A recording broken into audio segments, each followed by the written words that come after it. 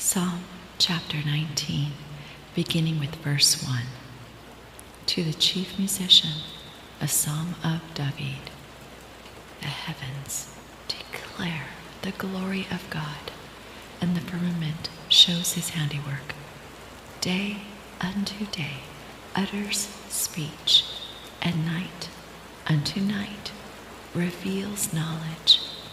There is no speech nor language where their voice is not heard.